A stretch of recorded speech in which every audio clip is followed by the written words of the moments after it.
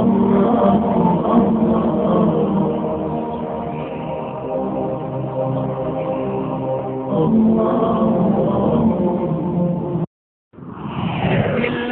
الرحمن الرحيم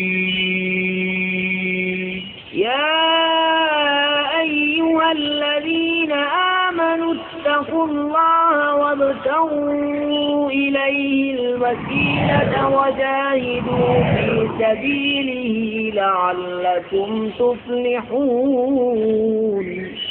اے ایمان والو، اللہ سے ڈرو اور اس کی طرف وسیلہ ڈھونڈو اور اس کی راہ میں جہاد کرو، اس امید پر فلاح پاؤ۔ السلام علیکم۔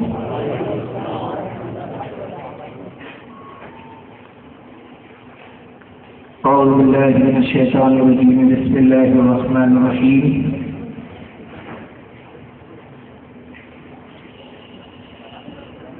الحمد للہ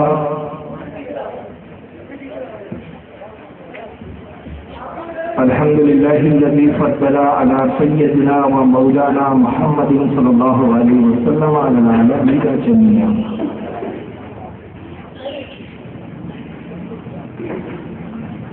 وأقامه يوم القيامة للمذنبين المتلوثين الخطائين الحالفين الشفيعا، فصلى الله تبارك وتعالى عليه وعلى كل من هو محبوب ومرضي لديه صلاة تبقى وتدوم بدوام الملك الحي القيوم، ونشهد أن لا إله إلا الله وحده لا شريك له، ونشهد أن سيدنا ومولانا محمدا عبده ورسوله بالهدى ودين الحق أرسله۔ قال الله تبارك وتعالى في القرآن المجيد والفرقان الحميد: يا أيها الذين آمنوا اتقوا الله وابتغوا إليه الوسيلة۔ صدق الله العظيم۔ إن الله وملائكته يصلون على النبي يا أيها الذين آمنوا صلوا عليه وسلموا تسليما۔ اللهم صل على سيدنا مولانا جدي الحسن والحسين وعلى آلہ وأصحابہ وبارک وسلم۔ صلاۃ والسلام علیک یا رسول اللہ صلی اللہ تعالی علیہ وسلم۔ آج کی بسموں کے تعلق سے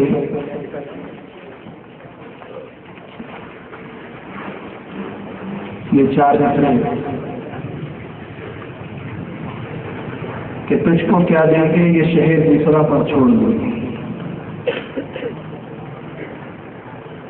تجھ کو کیا دیں گے یہ شہر دوسرا پر چھوڑ دے، تو غلام ہے ان کا سب کچھ ان کی عطا پر چھوڑ دے۔ تجھ کو کیا دیں گے یہ شہر دوسرا پر چھوڑ دے، تو غلام ہے ان کا سب کچھ ان کی عطا پر چھوڑ دے، اپنی بخشش کی فکر کرنے والا تو ہے کون؟ اپنی بخشش کی فکر کرنے والا تو ہے کون؟ یہ مصطفیٰ کا کام ہے، مصطفیٰ پر چھوڑ دے۔ اور کیا ہے بدعت، کیا ہے سنت، فیصلہ تو خود نہ کر۔ کیا ہے بدعت، کیا ہے سنت، فیصلہ تو خود نہ کر، یہ بریلی کے شاہ امام احمد رضا پر چھوڑ۔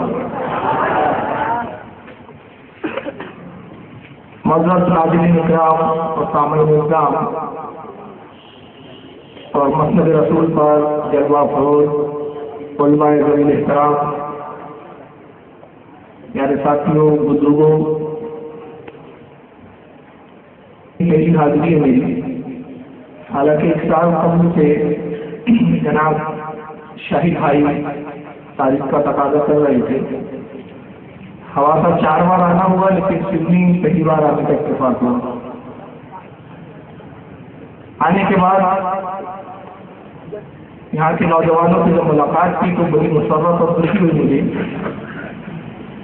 کہ ماشاءاللہ یہاں کے نوجوان میرے یہاں دیکھے کہ دین جذبہ بہت رکھتے ہیں، سہولت کا ڈر ہے، کام کرنے کا جذبہ ہے۔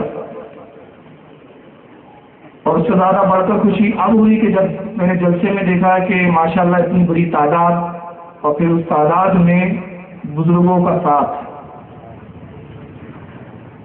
میں اپنے جلسوں میں اکثر ایک بات کہا کرتا ہوں کہ جس قوم میں نوجوانوں کا جوش اور بزرگوں کا ہوش وہ دونوں یکجا ہو جائے اس قوم کو کوئی شکست نہیں دے سکتا. بڑی مسرت اور خوشی کی بات ہے کہ یہاں بزرگ بھی تشریف فرمائے ہمارے, ان کی سرپرستی حاصل ہے, نوجوان بھی ہے اور کام کرنے والے نوجوان ہیں. ہمارے ناظرین نے جس بات کی گزارش کی میں انشاءاللہ اس کو بعد میں بیان کروں گا, اس لیے کہ جلسہ میں سمجھتا ہوں اس چیز کے لیے منعقد نہیں کیا گیا جو ناظرین صاحب نے کہا ہے. اور میرا اپنا مزاج ہے کہ میں عنوان پہ بولتا ہوں, مقصد پہ بولتا ہوں. مقصد سے ہٹ کر گفتگو کرنا میں سمجھتا ہوں آپ کا اور اپنا دونوں کا وقت ضائع کرنا ہے.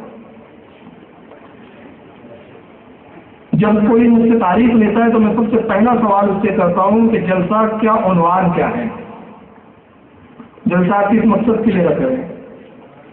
یہی سوال میں نے جناب شاہد بھائی سے کیا تو انہوں نے کہا کہ جلسے کا عنوان توحید اور شرک ہے. آپ کو سمجھانا ہے کہ توحید کیا ہے, شرک کیا ہے. اور چونکہ عنوان میں متعین ہے پہلے سے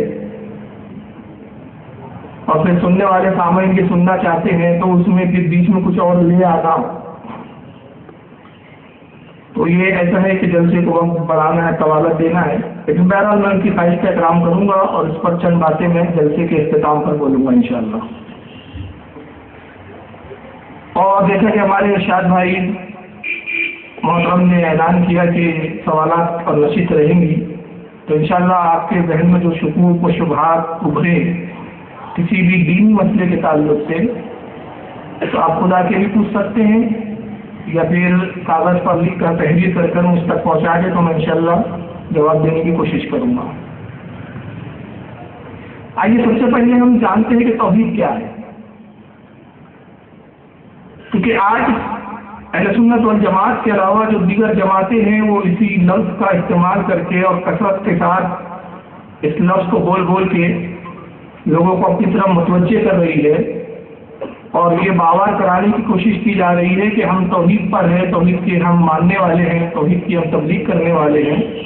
اور ہمارے علاوہ جتنی دوسری جماعتیں ہیں بالخصوص بریلوی مکتب فکر میں نام بھی لے لیتا ہوں, یہ حضرات جو ہے شرک میں مبتلا ہے, توحید کو سمجھتے نہیں ہیں. یہ لوگ جو حضرات نیٹ سے تعلق رکھتے ہیں یا میری سیڈیاں دیکھتے ہیں انہوں نے دیکھا ہوا کہ آج کل میرا موضوع توحید اور شرکی بنا ہوا ہے. اب میں تو یہ تک دعویٰ کرتا ہوں کہ جو توحید کے ٹھیکیدار بنے بیٹھے وہ خود شرک میں مبتلا ہے. یہ ایک الگ ٹاپک ہے. سب سے پہلے ہم توحید کی تعریف سمجھے کہ توحید کے معنی کیا ہے. توحید کے اگر ایک لفظ میں معنی بیان کیا جائے تو وہ یہ ہے کہ اللہ وحدہ لا شریک پر ایمان رکھنا, معبود حقیقی اللہ کو جاننا, متصرف بالذات اللہ کو سمجھنا, اس کی ذات اور صفات میں کسی کو شریک نہ کرنا. یہ ہے توحید.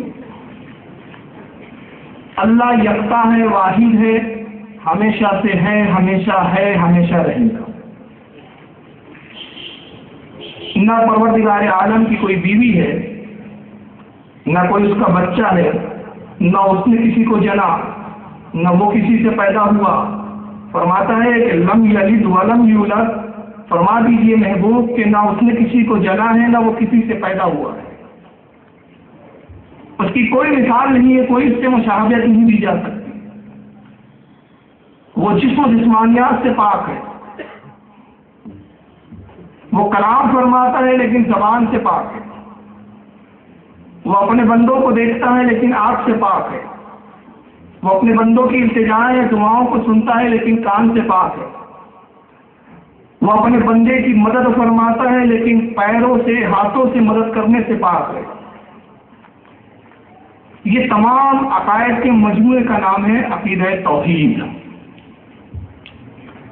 اور اس کی ضد ہوتی ہے شرک. ممکن ہے کہ میرے حضرات جو ساتھی ہیں, میں نے دیکھا راستے میں ان کا جوش تو شاید نعرے والے لگانے کا موقع نہ ملے ان لوگوں کو, میری تقریر ایسی سنجیدہ ہوتی ہے، میں سمجھانے کی کوشش کرتا ہوں، جذبات میں لانا میرا مقصد نہیں ہوتا۔ تقریر کا مقصد یہ ہوتا ہے کہ بات سمجھی جائے، دماغ میں بٹھائی جائے اور اس پر پھر عمل کیا جائے، یہ اصل تقریر کا مقصد۔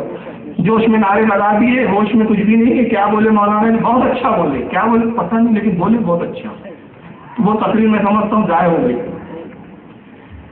تو توحید آپ نے سمجھ لیا کہ توحید جس پر ہمارا ایمان ہے وہ یہ ہے کہ اللہ کو معبود حقیقی جاننا، ایک جاننا، یکتا سمجھنا، ہمیشہ سے ہے، ہمیشہ جاننا، غیر حادث سمجھنا۔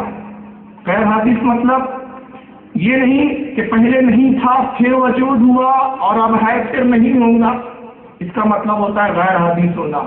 اور اللہ کے علاوہ جتنی چیزیں ہیں سب حادث ہے، پہلے نہیں تھی پھر وجود میں آئی پھر فنا ہو جائے، ہر چیز کو فنا ہے سوائے رب العزت کی ذات۔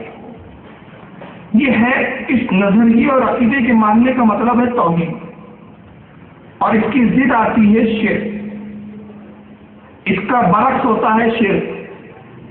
شرک یہ ہے کہ اللہ کی ذات میں کسی کو شریک کرنا، اس معنی میں کہ یہ سمجھنا کہ جتنی طاقت و قوت اللہ کو ہے فلاں کو بھی ہے، فلاں جو ہے اللہ کا بیٹا ہے، جیسا کہ کچھ قومیں گمراہ ہو گئی، عیسائی نصارہ گمراہ ہوئے، انہوں نے معاذ اللہ ثم معاذ اللہ حضرت عیسیٰ علیہ السلام کو خدا کا بیٹا جانا۔ یہودی گمراہ ہو گئے کہ انہوں نے عزیر علیہ السلام کو خدا کو بیٹا سمجھ لیا۔ مشرکان مکہ گمراہ ہو گئے کہ انہوں نے فرشتوں کو خدا کی بیٹیاں قرار دیا، انہوں نے اس طرح شرک میں مبتلا ہو گئے۔ تو کسی کو یہ سمجھنا کہ یہ اللہ سے اس کا یہ تعلق ہے کہ یہ اللہ کی جنس ہے، یہ اللہ کا بیٹا ہے، اللہ کی بیٹیاں ہیں، یہ ماننا شرک ہے۔ یا یہ عقیدہ رکھنا کہ جتنی طاقت و قوت اللہ کو ہے اتنی فلاں بندے کو بھی ہے، فلاں شخص کو بھی ہے، یہ بھی شرک ہے۔ یا یہ عقیدہ رکھنا کہ اللہ رب العزت فلاں بندے کی مدد کے بغیر کوئی کام نہیں کر سکتا، جب تک اللہ کا کوئی یہ بندہ معاون و مددگار نہ بنے اللہ پتہ بھی نہیں لا سکتا، اللہ کچھ نہیں کر سکتا۔ یہ تصور رکھنا، یہ ماننا شرک ہے۔ اور شرک کیا ہے؟ قرآن عظیم میں اللہ ارشاد فرماتا ہے ان الشرک لا ظلم عظیم، شرک اپنے آپ پر ظلم عظیم کرنا ہے، سب سے بڑا گناہ ہے۔ اور ایک دوسرے مقام پہ ارشاد فرمایا جاتا ہے، اللہ فرماتا ہے کہ میں محبوب اپنے امتیوں سے کہہ دیجئے، اپنے ماننے والوں کو بتا دیجئے کہ اللہ چاہے گا تو ہر گناہ کو معاف فرما دے گا، اللہ چاہے تو ہر خطاؤں کو درگزر کر دے، مگر شرک وہ گناہ عظیم ہے کہ اللہ تعالیٰ اس کو معاف نہیں کرے گا، یہ ہے شرک۔ اب شرک اور توحید آپ نے سمجھ لیا، اب آئیے اصل گفتگو۔ الزام ہی کہ اہل سنت والجماعت شرک میں مبتلا ہے، اور شرک کیا ہے؟ وہ کہتے شرک یہ ہے کہ تم انبیاء اکرام سے بھی مدد مانگتے ہو، اولیاء سے بھی مدد مانگتے ہو، پیروں سے بھی مدد مانگتے ہو، صالحین سے بھی مدد مانگتے ہو، فرشتوں کو بھی مددگار سمجھتے ہو، اور انبیاء اور ولیوں کو تم وسیلہ قرار دیتے ہو، شفیع ٹھہراتے ہو۔ اور یہ ایسا شرک ہے کہ جو مشرکان مکہ نے بھی کیا کہ انہوں نے اپنے بتوں کو اللہ کی بارگاہ میں پہنچنے کا وسیلہ سمجھا، بتوں کو اللہ کی بارگاہ میں لے جانے کا شفاعت کرنے والا جانا۔ تو جو کام مشرکوں نے کیا مکہ کے وہی کام تم ولیوں کے ساتھ کرتے ہو، یہ ہے اعتراض، اور یہی موضوع ہے آج کی تقریر کا۔ تو اس کے جواب میں تین باتیں عرض کرنا چاہتا ہوں، اور تینوں باتیں انشاءاللہ قرآن کی دلیل کی روشنی میں ہوں گی۔ آپ نے بارہا سنا ہوگا تم بزرگوں سے وسیلہ مانگتے ہو، شرک کرتے ہو۔ تم فلاں ولی کے پاس گئے، کہا کہ بیٹا دے دو، شرک کر لیا۔ تم نبی کی بارگاہ میں گئے، کہا کہ مفلس ہوں، پریشان حال ہو، مصیبت دور کر دو، مال و دولت دے دو، تم نے مانگا ان سے، شرک کر لیا۔ وسیلہ ماننا شرک، کسی کو شفاعت کا ذریعہ ماننا کہ اللہ کی بارگاہ میں شفاعت کر دے گا، شرک، یہ الزام ہے، یہ اعتراض ہے۔ پہلا جواب میرا یہ ہے کہ مشرکان مکہ کی جو آپ نے دلیل دی کہ مشرکان مکہ بتوں سے مانگتے تھے، آپ ولیوں سے مانگتے، ان میں اور ان میں آپ میں فرق نہیں۔ جب میں آیا تو ایک بچے نے مجھے ایک اعتراض بھی سنایا کسی مولوی صاحب کا، نام تو یاد نہیں رہا، انہوں نے کہا وہ اپنے واز میں کہتے ہیں کہ ہندو لوگ جا کے مندر میں پھول چڑھاتے ہیں مورتیوں پہ، درگاہ پہ جا کے پھول چڑھاتے ہو، چادریں چڑھاتے ہو، تمہارا کام ان کا کام برابر ہے، تم فاتحہ کے لیے کھانا سامنے رکھ دیتے ہو، وہ پرساد رکھ دیتے ہیں، تو تمہاری اور ان کی مشابہت ہے، تم مشرک ہو، شرک میں مبتلا ہو۔ میں نے کہا اگر مشابہتی کا نام شرک ہے تو بھائی پھر بہت سارے شرک ہے جو آپ بھی کرتے ہیں، اس کو چھوڑ دیجئے۔ اب وہ سنیے کیا، وہ تیرتھ کو جاتے ہیں، آپ حج کو جاتے ہیں، وہ گنگا کا پانی مقدس سمجھ کے پیتے ہیں، آپ زمزم پیتے ہیں، کعبے کا طواف کرتے ہیں، کعبہ بھی پتھر ہے، وہ بت کا طواف کرتے ہیں، کھانا وہ بھی کھاتے ہیں، کھانا آپ بھی کھاتے ہیں، تو یہ سب بند کر دیجیے۔ بہرحال یہ تو ایک عرفی جواب ہوا، لیکن میں دلائل کی بات کر رہا تھا۔ تو پہلا میں جواب یہ دینا چاہتا ہوں وسیلے کے تعلق سے کہ وسیلہ شرک نہیں ہے۔ مشرکان مکہ نے جو بتوں کو وسیلہ قرار دیا تو بتوں کو وسیلہ بنانا ان کا شرک نہیں تھا، شرک یہ تھا کہ اللہ نے بتوں کو شفیع قرار نہیں دیا تھا، انہوں نے اپنی مرضی سے بتوں کو شفاعت کرنے والا ٹھہرا دیا۔ اور دلیل کیا ہے؟ دلیل قرآن عظیم میں آیت الکرسی میں اللہ ارشاد فرماتا ہے من ذا الذی یشفع عنده الا باذنہ، کون ہے جو اس کی اجازت کے بغیر کسی کی شفاعت کرے؟ جب میں نے بتوں کو اجازت دی نہیں تو تم ان کو شفیع کیوں ٹھہراتے ہو؟ میں نے اجازت ولیوں کی دی، ولیوں کو دی ہے، ان سے ان کو شفیع مانا کرو۔ نبیوں کو میں نے شفاعت کی اجازت دی ہے، ان کو شفیع مانا کرو۔ تو جب ہم نے ولیوں کو شفیع مانا، وسیلہ جانا تو اللہ کے حکم سے جانا، اور انہوں نے بتوں کو مانا تو اللہ کے حکم کے خلاف کیا۔ ابھی تو آپ کہیں گے آپ کے الفاظ لفاظی لفظوں کا ہیر پھیر ہے، نہیں میں قرآن پڑھ دیتا ہوں۔ قرآن عظیم کا پارہ نمبر 16 سورہ طٰہٰ آیت نمبر 109 اللہ ارشاد فرماتا ہے یومئذ لا تنفع الشفاعۃ الا من اذن له الرحمن ورضی له قولا۔ اللہ فرماتا ہے اور حشر کے دن کسی کی شفاعت کسی کے لیے نفع نہ دیں گی۔ حشر کے دن، آخرت کے دن، قیامت کے دن کسی کی شفاعت کسی کو فائدہ نہ دیں گی سوائے اس شخص کی شفاعت کے جس کو رحمان نے اجازت دے دی۔ اب تم بتاؤ کہ رسول اللہ کو اللہ نے اجازت دی ہے کہ نہیں دی ہے؟ وہ کون سی قرآن کی آیت ہے جس سے ثابت ہو کہ نبی کو اجازت نہیں ہے شفاعت کرنے کی؟ وہ تمہاری ذمہ داری۔ ارے رسول کو تو ایسی شفاعت کی اجازت دی کہ اللہ کے نبی فرماتے شفاعتی امتی لأہل القبائل، میری شفاعت میری امت کے بڑے گناہ گاروں کے لیے، چھوٹے چھوٹے گناہ گاروں کو تو میرے اولیاء دیکھ لیں، میں تو بڑے گناہ گاروں کے لیے ہوں۔ کچھ حدیثیں میں پڑھ کے سناؤں گا، کچھ زبانی سنا رہا ہوں، اگر ہر حدیث پڑھ کے سناؤں متن کے ساتھ سند کے ساتھ تو بہت لمبا بیان ہو جائے گا۔ ابو ذر رضی اللہ تعالیٰ عنہ ایک صحابی رسول ہے، حضرت ابو ذر غفاری۔ حضرت ابو ذر کہتے ہیں اللہ کے نبی منبر رسول پر آئے، فرمایا شفاعتی لأہل قبائل من امتی، جو الفاظ میں نے پہلے پڑھے وہ دوسری حدیث کے الفاظ، شفاعتی لأہل القبائل من امتی، میری شفاعت بڑے گناہ گاروں کے لیے ہے جو میری امت کے ہیں۔ اچھا قبائل فرمایا جمع کے سیگے کے ساتھ ہے، کبیر نہیں ہے، واحد کا سیگا نہیں ہے، علماء بیٹھے ہیں نا، قبائل بڑے بڑے گناہ گار۔ ابو ذر کہتے ہیں میں کھڑا ہوا اور عرض کیا یا رسول اللہ آپ زانی کی بھی شفاعت کریں گے اور چور کی بھی شفاعت کریں گے؟ کیونکہ چوری اور زنا بہت بڑا گناہ ہے۔ اللہ کے نبی نے فرمایا ہاں میں اس کی بھی شفاعت کروں گا، چور کی بھی کروں گا، زانی کی بھی کروں گا۔ پھر آپ نے فرمایا شفاعتی لأہل القبائل من امتی، میری شفاعت میری امت کے بڑے گناہ گاروں کے لیے ہے۔ پھر ابو ذر کہتے ہیں میں کھڑا ہوا عرض کیا یا رسول اللہ آپ زانی کی بھی شفاعت کریں گے، چور کی بھی شفاعت کریں گے؟ نبی نے فرمایا ہاں میں زانی کی بھی شفاعت کروں گا، میں چور کی بھی شفاعت کروں گا۔ ابو ذر کہتے ہیں میں پھر بیٹھ گیا، نبی نے تیسری مرتبہ فرمایا میری شفاعت میری امت کے بڑے گناہ گار کے لیے۔ حضرت ابو ذر غفاری کہتے ہیں میں پھر کھڑا ہوا اور عرض کیا یا رسول اللہ کیا آپ کی شفاعت چور کے لیے بھی ہے، زانی کے لیے بھی ہے؟ گویا بار بار کھڑے ہو کر آپ تعجب کر رہے ہیں کہ اللہ کے نبی آپ نے اپنی شفاعت کو اتنا عام کر دیا، اتنا وسیع کر دیا کہ آپ کی شفاعت کی وسعت کا یہ عالم کہ چور بھی بخشا جائے، زانی بھی بخشا جائے، اتنے بڑے گناہ گار۔ نبی پاک صلی اللہ علیہ وسلم کے چہرے اقدس پر جلال آتا ہے، اور